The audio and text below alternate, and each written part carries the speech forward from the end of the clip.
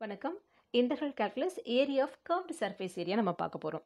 Curved surface ஏரியானா வலைப்பரப்பு. இப்போ இந்த மாதிரி ஒரு வளைஞ்சு இருக்குது பார்த்தீங்களா? இப்போ நம்ம ஏரியா ஆஃப் ரெக்டாங்கிள்னா செவ்வகமாக இருக்கும், சதுரமாக இருக்கும், ஃப்ளாட் சர்ஃபேஸாக இருக்கும். ஓகேவா? அதுக்கு நமக்கு டைரக்டாக ஃபார்முலா இருக்கு. இப்போ இந்த மாதிரி கர்வ்டு சர்ஃபேஸ் ஏரியா இருக்கும்போது இது எப்படி நம்ம இன்டெக்ரல் பயன்படுத்தி கண்டுபிடிக்க போகிறத நம்ம பார்க்க போகிறோம். ஓகேவா? இப்போ இப்போ ஒண்ணுக்கு ஒண்ணு பர்பெண்டிகுலரான 3 ஆக்சிஸ் எடுத்திருக்கேன். ஓகேவா? இது 3 இன்டர்செக்ட் ஆகுற இந்த இடம் தான் நம்ம ஆரிஜின் நம்ம சொல்றோம். இப்போ ஒரு கர்வ்டு சர்ஃபேஸ் ஏரியா இப்போ நான் மேல வைக்கிறேன்னா, இதனோட ப்ரொஜெக்ஷன் XOY பிளேன்ல இருக்கிற மாரி பார்க்கணும் நாம. ப்ரொஜெக்ஷனா அப்ப இதுதான் XOY பிளேன். இந்த ஆரிஜின் இருக்கிற இந்த இடம் இருக்குல்ல, இந்த பிளேஸ் தான் XOY பிளேன். இங்க கீழ இருக்கிறது XOY வராது. இது Y கிடையாது. இது O கிடையாது. ஆரிஜின் கிடையாது. இங்க இருக்கிறது தான் ஆரிஜின். ஓகே? இப்போ இந்த படத்தோட ப்ரொஜெக்ஷன் ஆர்த்தோகனல் ப்ரொஜெக்ஷன் அதாவது இந்த இந்த கர்வ்டு சர்ஃபேஸ் ஏரியா இருக்கு இல்லையா? இதனோட ப்ரொஜெக்ஷன் பாருங்க. இப்போ அந்த நிழல் பாருங்க உங்களுக்கு எந்த ஷேப்ல தெரியுது? வட்டமா தெரியுது இல்லையா? அதாவது இங்கிருந்து இப்படி ஒரு ஒரு பர்பெண்டிகுலர் அந்த ஆர்த்தோகனல் ப்ரொஜெக்ஷன் ஒவ்வொரு பாயிண்டா எடுத்து நம்ம அதை ட்ரேஸ் பண்ணும்போது நமக்கு என்ன கிடைக்குதுன்னா சர்க்கிள் ஷேப் கிடைக்குது பாருங்க. இந்த மாதிரி ஒவ்வொரு 3 டைமென்ஷனல் ஃபிகருக்கும் நம்ம ஆர்த்தோகனல் ப்ரொஜெக்ஷன் எடுக்கும்போது இதோட நிழல் கீழே விழுது பார்த்தீங்களா? இது XOY பிளேன்ல இருக்கிற அந்த நிழலை பார்க்கணும். அதுக்கு கீழே இருக்கிறதெல்லாம் நம்ம பார்க்கக்கூடாது. ஓகேவா? உங்களுக்கு தெரியுதா சர்க்கிள் ஷேப் இதில் பார்க்கும்போது உங்களுக்கு இது நீங்கள் ஸ்பியர் மாதிரி எடுத்துக்கோங்க. இது எக்ஸாக்ட் ஸ்பியர் இல்லை, ஆனால் ஸ்பியருக்காக இதை நான் உங்களுக்கு காமிச்சிருக்கேன். அப்படி உங்களுக்கு எக்ஸாக்ட் ஸ்பியர் வேணும் அப்படின்னா ஓகே, லெமன் எடுத்துக்கோங்க. இப்போ பாருங்க, இதனோட அந்த நிழல் பாருங்க உங்களுக்கு சர்க்கிள் ஷேப்ல இருக்கு இல்லையா? இப்போ ஆர்த்தோகனல் ப்ரொஜெக்ஷன். அப்போ இந்த இடம் தான் நம்ம XOY பிளேன். அப்போ இங்க ஆரிஜின் இருக்கு உங்களுக்கு. இந்த பிளேன்ல ஆரிஜின் இருக்கு. அந்த மாதிரி எடுத்து பார்க்குறோம். ஓகேவா? இப்போ கர்வ்டு சர்ஃபேஸ் ஏரியா இங்க மேல இருக்கிற வலைப்பரப்பு. இந்த பரப்பை என்ன பண்றோம்? நம்ம குட்டி குட்டி ஏரியாவா பிரிக்கிறோம். இது இப்படி மொத்தமா இப்படி வளைஞ்சு இப்படி இப்படி கர்வா இருக்கு பாருங்க. இந்த ஃபுல் சர்ஃபேஸ் ஏரியா தான் நம்ம கண்டுபிடிக்க போறோம். இதுல ஒரு ஒரு சின்ன ஏரியா மார்க் பண்ணியிருக்கோம் அப்படின்னா, இந்த ஏரியாக்கு மட்டும் ஆர்த்தோகனல் ப்ரொஜெக்ஷன் நம்ம எங்க எடுக்கிறோம்? இதுக்கு பெர்பெண்டிகுலரா இப்படி எடுக்கிறோம் அப்படின்னா, அதனோட ப்ரொஜெக்ஷன் இருக்கிற XOY பிளேன் இருக்கு இல்லையா? அந்த ஏரியாவை தான் நம்ம S டேஷ்னு எழுதுறோம். இது நமக்கு தேவையான சர்ஃபேஸ் ஏரியா. அதை நம்ம Sன்னு எழுதுறோம். இது ஆக்சுவலா ஓவராலா இருக்கிற S. இதனோட ஈக்குவேஷன் தான் நம்ம எப்படி எழுதுறோம்னா Z equal to F of X, Y. அப்போ Z வந்து as a function of X and Y நம்ம எடுத்துக்கிறோம். இந்த ஏரியாவில் இருக்கிற இந்த ஓவரால் இந்த ரீஜன் இருக்கு இல்லையா? இந்த சர்ஃபேஸ் S இதனோட ஏரியாவை தான் நம்ம கண்டுபிடிக்க போறோம். அப்போ அதை குட்டி குட்டி ஏரியாவா நம்ம பிரிக்கிறோம். அதுக்கான பர்பெண்டிகுலரா இருக்கிற வீழல் ஆர்த்தோகனல் ப்ரொஜெக்ஷனை XOY பிளேன் இந்த ஆரிஜின் இருக்கிற XOY அதனால தான் XOY பிளேன் சொல்றோம். வெறும் XY பிளேன் சொல்றது இல்லை. அந்த இடத்துல எடுக்கிறோம். அப்போ இதுக்கு பதிலாக இந்த ஏரியாவை நம்ம கண்டுபிடிச்சா போதும் S டேஷ். ஓகே, இந்த ஏரியால இருந்து தான் நம்ம லிமிட் கண்டுபிடிக்கணும்னு அர்த்தம். அப்போ இந்த மாதிரி டைப்ல இருக்கும்போது சர்ஃபேஸ் ஏரியாக்கு என்ன ஃபார்முலா அப்படின்னா as a double integral square root of 1 plus நம்ம எந்த பிளேன்ல எடுத்திருக்கோம்? XOY plane. அப்போ எக்ஸும் ஒய்யும் தான் இருக்கும். Z as a function of X and Y. அப்போ ஃபார்முலா என்ன வரும்னா square root of 1 plus doe Z by to x the whole square plus doe Z by to Y the whole square plus 1. இங்கே முதல்ல 1 போட்டு அப்போ இங்கே கடைசியில் 1 வேண்டாம். எங்கேயாவது ஒரு இடத்துல மட்டும் 1 இருந்தால் போதும். அப்போ XOY பிளேன்றதால integration with respect to X and Y. இதுக்கான லிமிட் வந்து இந்த ப்ரொஜெக்ஷன்ல இருந்து நம்ம கண்டுபிடிக்கணும் அர்த்தம். ஒருவேளை surface area projection on XOZ பிளேன்ல நம்ம எடுக்கிறோம் அப்படின்னா அப்போ இந்த இடத்துல எழுதும்போது Y வந்து as a function of X and Z நம்ம எழுதுவோம். அப்போ Y தான் X பொறுத்து பார்ஷியலாக டிஃபரன்ஷியேட் பண்ணோம், Y தான் Z பொறுத்து பார்ஷியலாக டிஃபரன்ஷியேட் பண்ணோம். அப்போ இந்த சேம் ஃபார்முலா எப்படி எழுதலாம் பாருங்க. Double integral over S root of dou y by dou x the whole square plus dou y by dou z the whole square plus 1. இது x z பிளேன்றதால dx dz வருது. இப்போ over the projected area தானே, இதுதான் நான் S dash எடுத்துருக்கேன். அப்போ இங்கே over S dash தான் வரணும் உங்களுக்கு.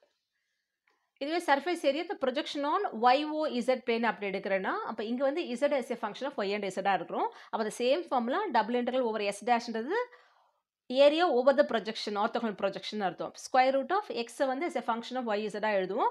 அப்போ doe X by to Y the whole square plus doe X by doe Z the whole square plus 1 into Y and இசட்டை பொறுத்து தான் டிஃப்ரென்ஷியேட் பண்ண போகிறோம். அப்போ டிஒய் டிஇசட் வரும்.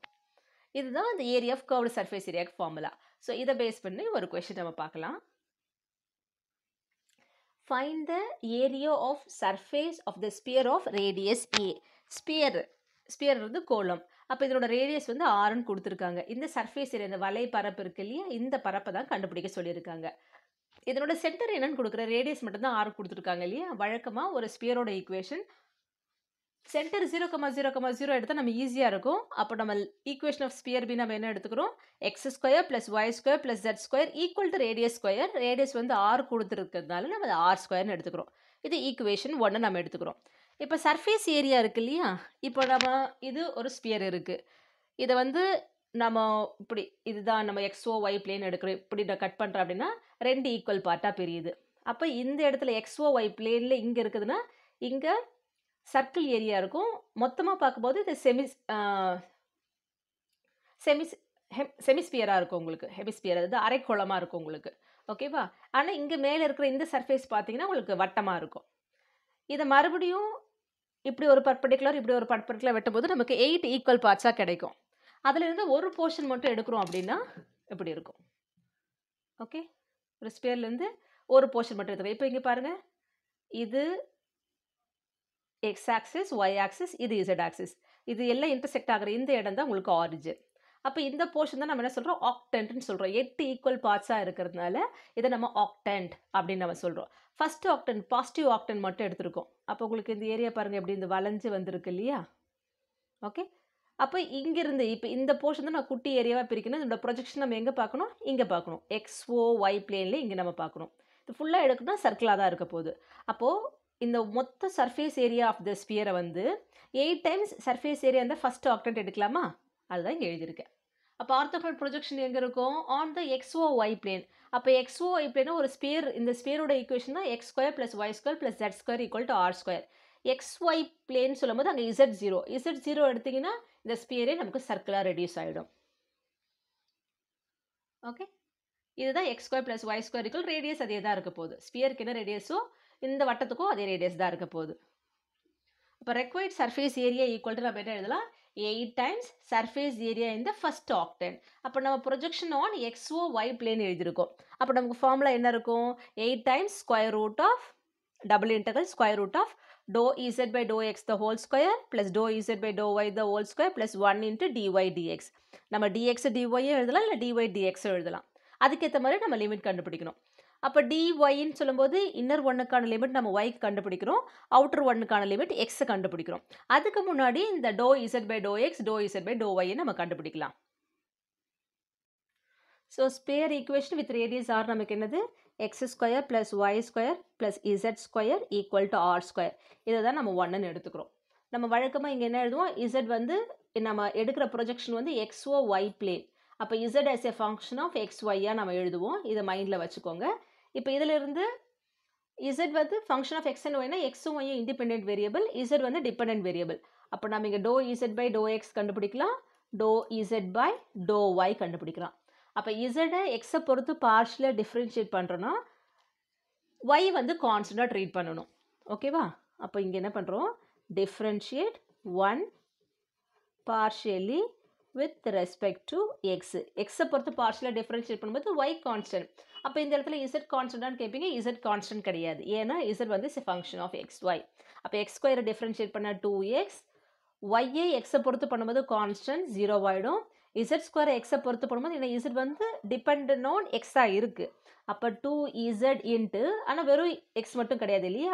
அப்போ இசட்டை எக்ஸை பொறுத்து பார்ஷியலாக டிஃப்ரென்ஷியேட் பண்ணுறோம். அப்போ to Z by to X equal to ஆர்ன்றது வந்து ரேடியஸ் கான்ஸ்டன்ட் ஸ்கொயரும் அகைன் ஒரு கான்ஸ்டன்ட் தான், அதை டிஃப்ரென்ஷியேட் பண்ண 0 ஆகிடும். இதில் இருந்து நமக்கு என்ன கண்டுபிடிக்கணும், do Z by to x. ஏன்னா சர்ஃபேஸ் ஏரியா இந்த ஃபர்ஸ்ட் ஆக்டென்ட் இந்த ஆன் த எக்ஸ்ஓ ஒய் பிளேனில் எடுக்கும்போது நமக்கு டோ இசட் பை டோ எக்ஸும் டோ இசட் பை டோ ஒய்யும் தேவைப்படுது. அப்போ இதில் இருந்து do Z by to x நம்ம கண்டுபிடிக்கலாம். 2z into to Z by do எக்ஸில் லெஃப்ட்டில் வச்சுக்கோங்க. இங்கே இருக்கிற எக்ஸ்ட்ரா டேர்ம் 2xை மட்டும் ரைட்டுக்கு கொண்டு போனால் ப்ளஸில் இருக்கிற டேர்ம் ரைட்டுக்கு போகும்போது மைனஸ் ஆகிடும். இப்போ இதெல்லாம் ப்ராடக்ட்டில் இருக்குது, 2 into z into to Z by to x. இந்த ப்ராடக்ட்டில் இருக்கிற டேர்ம் ரைட் சைடுக்கு போகும்போது டிவிஷனில் போகும், கிராஸ் மல்டிபிள் பண்ணுறோம். அப்போ to Z by to X equal to minus 2x divided by 2y. இந்த 2 இங்கே கேன்சல் பண்ணலாம், இல்லை நீங்கள் இங்கே கூட கேன்சல் பண்ணிக்கலாம். சாரி, இது இசட். அப்போது டோ இசட் பை டோ எக்ஸுக்கு நமக்கு என்ன ஆன்சர் கிடச்சிருக்கு அப்படின்னா மைனஸ் எக்ஸ் பை இசட் கிடச்சிருக்கு. இதே போல் தானே இருக்கும் இந்த ஈக்குவேஷனை. இப்போ நம்ம என்ன பண்ண போகிறோம், ஒய்யை பொறுத்து பார்ஷியலாக டிஃப்ரென்ஷியேட் பண்ண போகிறோம். Differentiate 1 partially with respect to y. ஒய்யை பொறுத்து பண்ணும்போது எக்ஸு கான்ஸ்டன்ட். அப்போ எக்ஸ் ஸ்கொயரை ஒய்யை பொறுத்து டிஃப்ரென்ஷியேட் பண்ணால் ஜீரோன்னு வந்துடும். ஒய் ஸ்கொயரை ஒய்யை பொறுத்து டிஃப்ரென்ஷியேட் பண்ணும்போது 2y. டிஃப்ரென்ஷியேட் பண்ணும்போது பவர் டிக்ரீஸ் ஆகும் இல்லையா? டிக்ரீஸ் ஆகிறதுக்கு முன்னாடி பவரை ப்ராடக்ட்டில் எழுதணும். 1 குறைய 2ல் 1 போச்சுன்னா 1. இப்போ இசட் வந்து இங்கே எப்படி ஃபங்க்ஷன் ஆஃப் எக்ஸ் எப்படி ஃபங்க்ஷன் ஆஃப் ஒய்யாகவும் இருக்குது. அப்போ இசட் ஸ்கொயர் இசட் வந்து கான்ஸ்டன்ட் கிடையாது. இசட்டை டிஃப்ரென்ஷியேட் பண்ணிங்கன்னா 2z இன்ட்டு இசட்டை ஒய்யை பொறுத்து பண்ணுறோம் பார்ஷியல். அப்போ to Z by to y equal to இங்கேயும் ஆர் 0 ஆகிடும். இங்கே பண்ணால் அதே ஸ்டெப்பு தான் இங்கே பண்ண போகிறோம். ப்ளஸ் 2y ரைட்டுக்கு போச்சுன்னா மைனஸ் 2y, ரெண்டு பக்கம் இருக்கிற 2 கேன்சல் ஆகிடும். அப்போ இதிலிருந்து dou Z by to y நமக்கு என்ன கிடைக்குன்னா மைனஸ் ஒய் பை இசட். ஓகேவா? இப்போ நமக்கு இந்த ஃபார்முலாவில் அப்ளை பண்ணுறதுக்கு ஒய் எக்ஸுக்கான லிமிட் தேவைப்படுது. ஏற்கனவே நம்ம என்ன பார்த்தோம்? இது 8 ஈக்குவல் பார்ட்ஸாக பிரித்தோம். அப்போ இதனோட ஆர்த்தோகனல் ப்ரொஜெக்ஷன் எங்கே இருக்கும்? எக்ஸோ ஒய் பிளேனில் இருக்கும். எக்ஸோ ஒய் பிளேன் ஆக்சுவலாக இருக்கும் உங்களுக்கு ஃபுல் சர்க்கிளாக இருக்கும் இல்லையா? சர்க்கிளாக இருக்கும். இதனோட ஈக்குவேஷன் என்ன? X square plus y square equal to r square. இப்போ அதை தான் நம்ம எழுத போகிறோம். அப்போ லிமிட் நம்ம எங்கேருந்து எடுக்கணும்? On projection on the x o y plane. Limits on the projection on XOY plane. அப்போ அது ஃபுல் சர்க்கிள் இல்லையா? இங்கேயும் சென்டர் 0,0 தான். இந்த ஈக்குவேஷன் தான் x square plus y square equal to r square. ஓகேவா? இதிலிருந்து இப்போ நம்ம என்ன பண்ணுவோம்? ஒய்க்கான லிமிட் வேணும். ஒய்க்கான லிமிட் வேணும் நம்ம என்ன பண்ணுவோம்? வர்டிக்கல் ஸ்ட்ரிப் எடுப்போம். இப்போ எப்படி இங்கே நம்ம ஃபுல் சர்க்கிளாக இருந்தாலும் இந்த ஃபஸ்ட் ஆக்டன் மட்டும் தான் கன்சிடர் பண்ணும்போது அப்போ குவாட்ரண்ட் சர்க்கிள் மட்டும் தான் இருக்கும், கால் வட்டம் மட்டும்தான் இருக்கும். அப்போது இங்கே வந்து ஃபஸ்ட் குவாட்ரண்ட்லேருந்து நம்ம லிமிட் எடுத்தால் போதும். ஃபஸ்ட் குவாட்ரண்ட்லேருந்து இந்த போர்ஷன் மட்டும்தான். இப்போ இதுலேருந்து நம்ம லிமிட் எடுக்கிறோம். ஓகே, இந்த ரீஜனுக்குள்ளே இருந்து மட்டும் தான் லிமிட் எடுக்கிறோம். இப்போ நான் வெர்டிக்கல் ஸ்ட்ரிப் எடுக்கிறேன். ஒய்க்கான லிமிட் வேணால் வர்டிக்கல் ஸ்ட்ரிப் எடுக்கணும். வர்டிக்கல் ஸ்ட்ரிப் எடுக்கும்போது கீழே இருக்கிறது லோயர் லிமிட், மேலே இருக்கிறது அப்பர் லிமிட். இந்த எண்டு எது மேலே இருக்குன்னா எக்ஸ் ஆக்சிஸ் மேலே இருக்குது. எக்ஸ் ஆக்சிஸோட ஈக்குவேஷன் என்ன? Y equal to 0. இந்த எண்டு எது மேலே இருக்குது? சர்க்கிளோட இந்த கர்வ் இருக்குது இல்லையா? இதோ இப்படி ஸ்டெப் எடுக்கும்போது இந்த எண்ட் இது மேலே தான் இருக்கும். அப்போ இது சர்க்கிள் ஈக்குவேஷன்லேருந்து நம்ம கண்டுபிடிக்கிறோம். சர்க்கிள் ஈக்குவேஷன்லேருந்து ஒய் கண்டுபிடிங்க. This implies y square equal to right side r square இருக்கு, லெஃப்டில் இருக்கிற x square ரைட்டுக்கு போது மைனஸ் எக்ஸ் ஸ்கொயர் ஆகிடும். y ஸ்கொயர்லேருந்து y தான் வேணும்னா வர்க்க மூலம் எடுக்கணும் நம்ம. அப்போ square root, taking square root on both side. அப்போ ரூட் ஆஃப் ஒய் ஸ்கொயர்னா ரூட்டும் ஸ்கொயரும் கேன்சல் ஆகிட்டு ஒய் மட்டும் வரும். அடிஷன் சப்ராக்ஷன் இருக்கிறதுனால இங்கே ரூட்டை கேன்சல் பண்ண முடியுது. அப்போ root of r square minus x square. வழக்கமாக ஸ்கொயர் ரூட் எடுத்தால் ப்ளஸ் ஆர் மைனஸ் போடுவோம். ஃபஸ்ட் ஆக்டன்ட் எடுக்கும்போது எக்ஸ் ஒய் இசட் மூணுமே பாசிட்டிவ், ஃபஸ்ட் குவாட்ரண்ட் எடுக்கும்போது எக்ஸ் ஒய் ரெண்டுமே பாசிட்டிவ். அப்போ ஒய் ப்ளஸ்ஸாக தான் இருக்க முடியும். அப்போ ஒய்க்கான லோயர் லிமிட் வந்து y equal to 0, upper limit என்ன வருதுன்னா y equal to root of r square minus x square. இந்த ஸ்டெப்பை இந்த ஃபஸ்ட்டு குவாட்ரண்ட்லேருந்து லெஃப்ட் ரைட் இப்படி மூவ் பண்ணி பாருங்கள், இதை தாண்டி போகாது. இது வந்து ஒய்யோட ஈக்குவேஷன் இல்லையா? அப்போ இது வந்து எக்ஸ் ஈக்குவல் டு 0. இந்த இடத்துல வரும்போது இங்கே எக்ஸோட வேல்யூ என்ன? ஆக்சுவலாக ரேடியஸ் வந்து ஆர்னு கொடுத்துருக்காங்க இல்லையா? அப்போ இந்த பாயிண்ட் வந்து r,0. இதுவே இந்த பாயிண்ட் எழுதுறது அந்த y ஆக்சில் 0,r எழுது. இது எல்லாமே ரேடியஸ் தான். சென்ட்ரல்லேருந்து சர்க்கிளை டச் பண்ணுற எந்த நீளமாக இருந்தாலும் ரேடியஸ் அது r தான் நமக்கு. ஓகேவா? அப்போ ஒய்க்கான லிமிட் என்ன வந்திருக்கு? y is from 0 to root of r square minus x square. எக்ஸுக்கான லிமிட் என்ன வந்திருக்குன்னா 0 டு ஆர். இப்போ surface area of the sphere நம்ம என்ன பண்ணியிருக்கோம்? 8 டைம்ஸ் சர்ஃபேஸ் ஏரியா இந்த ஃபஸ்ட் ஆக்டன் இந்த ஃபார்முலாவில் ரீப்ளேஸ் பண்ண போகிறோம். ஓகேவா? வரும் சர்ஃபேஸ் ஏரியா அப்படின்னா வழக்கமாக நமக்கு ஃபார்முலா என்ன வரும்? Double integral square root of on the x o y பிளேனில் எடுக்கிறதுனால do Z by to x the whole square plus do Z by to Y the whole square plus 1 projection on x o y பிளேன்றதால into dx dy வரும். நம்ம vertical strip எடுக்கிறதால முதல்ல டிஒய்யும் அப்புறம் dx எடுத்திருக்கோம். ஏன்னா change order of இன்டகிரேஷனில் ஏற்கனவே நம்ம double integral second யூனிட்டில் படிச்சிருக்கோம்.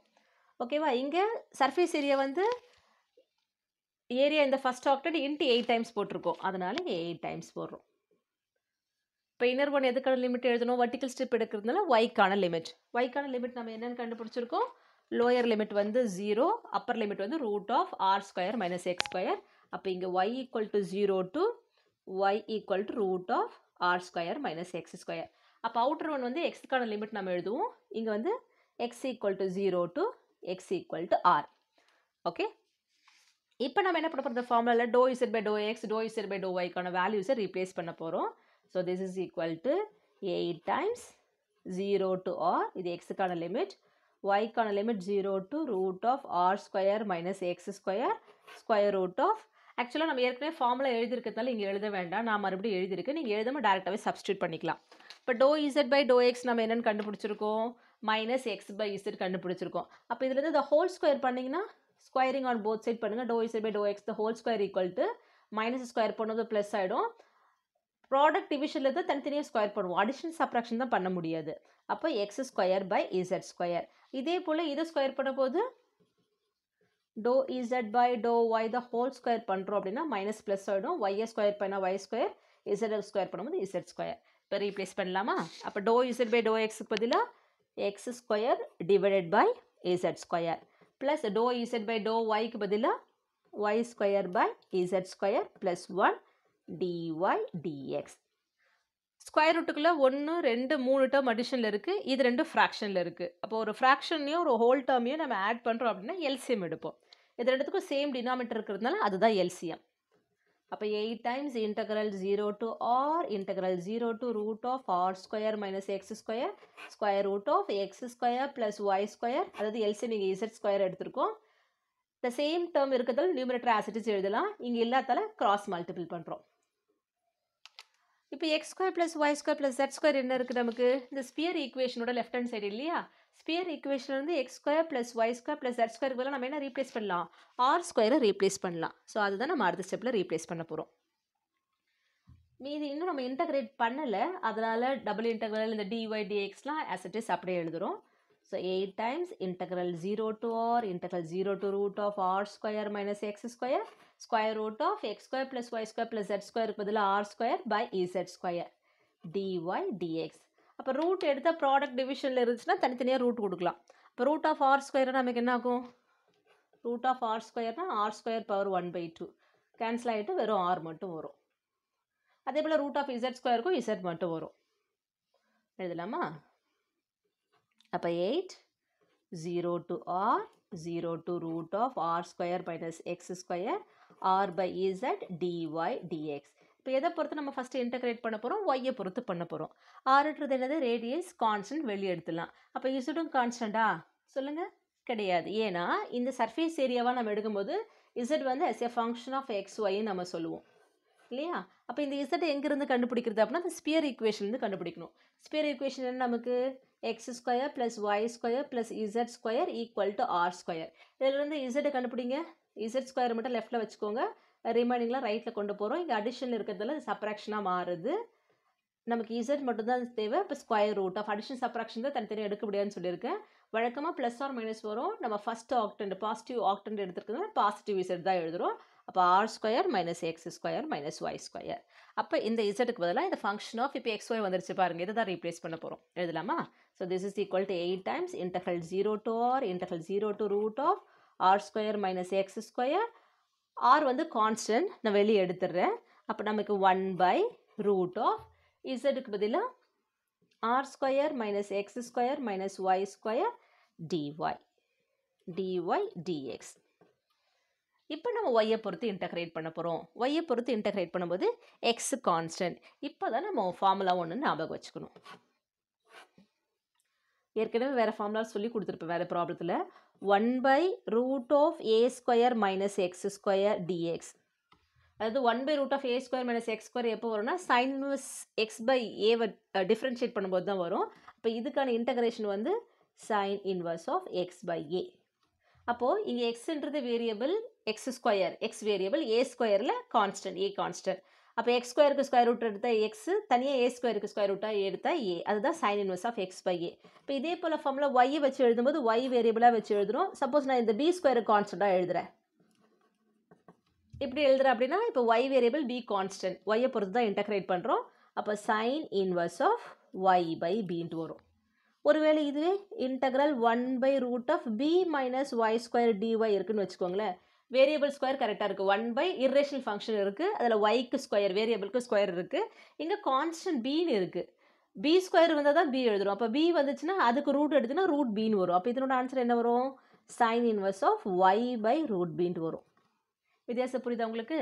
இப்போ நம்ம என்ன பண்ண போகிறோம், இதை y பொறுத்து இன்டகிரேட் பண்ண போகிறோம். y பொறுத்து இன்டகிரேட் பண்ணும்போது எது கான்ஸ்டன்ட்? எப்படி ஆர் ஸ்கொயர் கான்ஸ்டன்டோ அதே போல் எக்ஸ் ஸ்கொயரும் கான்ஸ்டண்டாக ட்ரீட் பண்ணுறோம். இப்போ நம்ம இங்கே பி ஸ்கொயர் பார்த்தோம் இல்லையா, அப்போ இது ரெண்டும் சேர்ந்து தான் b square, r square minus x square சேர்த்து தான் பி ஸ்கொயர், இது மைனஸ் ஒய் ஸ்கொயர். அப்போ இதை அப்ளை பண்ணி இன்டகிரேட் பண்ணால் நமக்கு என்ன வரும்? 8r கான்ஸ்டன்ட் வெளியே இருக்குது, 0 to r இன்டகிரேட் பண்ணுறோம். அப்போ இந்த இன்டகிரல் சிம்பிள் போயிடும். இதை இன்டகிரேட் பண்ணும்போது சைன் இன்வர்ஸ் ஆஃப் ஒய்யை பொறுத்து இன்டகிரேட் பண்ணுறோம். அப்போ ஒய் வேரியபிள், ஒய் ஸ்கொயர் இருந்தால் ஒய் டிவைடட் பை, இது ஃபுல்லாக கான்ஸ்டன்ட், கான்ஸ்டன்ட் ஸ்கொயர்னு இருக்கணும். அப்போ ஸ்கொயர் ரூட் எடுக்கணும். இது கான்ஸ்டன்ட் ஸ்கொயர்னு எடுத்துனா ஸ்கொயர் ரூட் எடுத்து எழுதும்போது root of r square minus x square. Integrate பண்ணிட்டோம். இப்போ லிமிட் எழுத போகிறோம். இப்போ லிமிட் என்ன இருக்குது? y equal to 0 lower limit, y equal to root of r square minus x square upper limit. இப்போ லிமிட் அப்ளை பண்ணலாமா? எப்படி அப்ளை பண்ணுவோம்? Upper limit minus lower limit. So this is equal to இங்கே என்ன நம்ம surface area of the sphere, surface area of the sphere equal to 8r. வெளியே இருக்கிற இங்கே வந்து அப்போ ஒய்யை பொறுத்து இன்டகிரேட் பண்ணியிருக்கோம், எக்ஸை பொறுத்து இன்னும் பண்ணலாம், அதனால் டிஎக்ஸ் இருக்கும். 0 to r லிமிட் அப்ளை பண்ணலாமா? Sine inverse of y by root of r square minus x square. எதுக்கு பதிலாக லிமிட் அப்ளை பண்ணுவோம்? ஒய்க்கு பதிலாக லிமிட் அப்ளை பண்ணுவோம். முதல்ல அப்பர் லிமிட் போடுறோம்.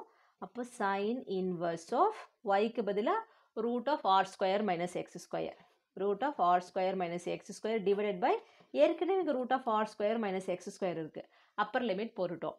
மைனஸ் லோயர் லிமிட், ஒய்க்கு பதிலாக 0, 0 பை எனிதிங் 0, அப்போ இங்கே சைன் இன்வர்ஸ் 0 டிஎக்ஸ். ஒய்யை பொறுத்து இன்டகிரேட் பண்ணிட்டோம், லிமிட்டை அப்ளை பண்ணிட்டோம். இப்போ லிமிட்டை சிம்பிளிஃபை பண்ண போகிறோம். சைன் இன்வர்ஸ் டிவிஷனில் பாருங்கள் சேம் டேர்ம் இருக்குது, கேன்சல் ஆகுது. டிவிஷனில் கேன்சல் ஆகுதுன்னா இங்கே 1 வருதுன்னு அர்த்தம். அப்போது 8r integral 0 to 1 sign inverse 1 minus sign inverse 0 into dx. Okay, இப்போ இதுக்கான நம்ம சில வேல்யூ தேவைப்படுது. சைன் 0 டிகிரியாக இருந்துச்சுன்னா அதோட வேல்யூ 0, சைன் 90 டிகிரியாக இருந்துச்சுன்னா அதோட வேல்யூ 1. இப்போ லெஃப்டில் இருக்கிற சைன் ஃபங்க்ஷன் ரைட்டுக்கு போச்சுன்னா இன்வர்ஸ் ட்ரிக்னாமெட்ரி ஃபங்க்ஷனாக மாறும். அப்போ sine inverse 0 equal to 0, sine inverse 1 equal to pi by 2. நீங்கள் ஞாபகம் வச்சுக்கணும். இப்போ சைன் இன்வர்ஸ் 0 ஈக்குவல் டு 0, இந்த சைன் இங்கே வந்துச்சுன்னா சைன் இன்வர்ஸ் 1ன்னு இருக்கும், equal to pi by 2. So இந்த வேல்யூ ஞாபகம் வச்சுக்கோங்க, அதுதான் இங்கே ரீப்ளேஸ் பண்ண போகிறோம். ஸோ 8r 0 to 1 இதனோட வேல்யூ பை பை 2, இது 0ன்றதால போல் இன்ட்டு டிஎக்ஸ். டிஎக்ஸ்னா என்ன அர்த்தம்? எக்ஸை பொறுத்து இன்டகிரேட் பண்ண போகிறோன்னு அர்த்தம். அப்போ இந்த இன்டகிரண்ட்டில் எக்ஸ் இருக்கா? இல்லை, இது கான்ஸ்டன்ட். அப்போ கான்ஸ்டன்ட்டை இன்டகிரல் விட்டு வெளியே எடுத்துடலாம். 8r இன்ட்டு பை பை 2, மீதி இருக்கிறது இன்டகிரல், சாரி இது 0 to r டிஎக்ஸ் இருக்குது. டிஎக்ஸ்னால் எக்ஸை பொறுத்து இன்டகிரல் பண்ணுறோம். இன்டகிரல் டிஎக்ஸ்னால் இந்த இன்டகிரலும் டிஃப்ரென்ஷியல் ஆப்ரேட்டர் கேன்சல் ஆகிட்டு எக்ஸ் மட்டும் வரும்.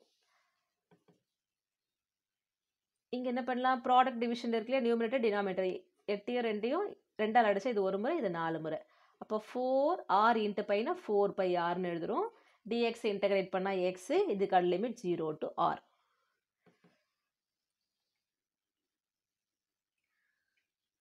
So 4 by r into upper limit r minus lower limit 0, r minus 0னா r இன்ட்டு 4 பை ஆர்னா 4 பை ஆர் ஸ்கொயர். இதுதான் surface area of the sphere.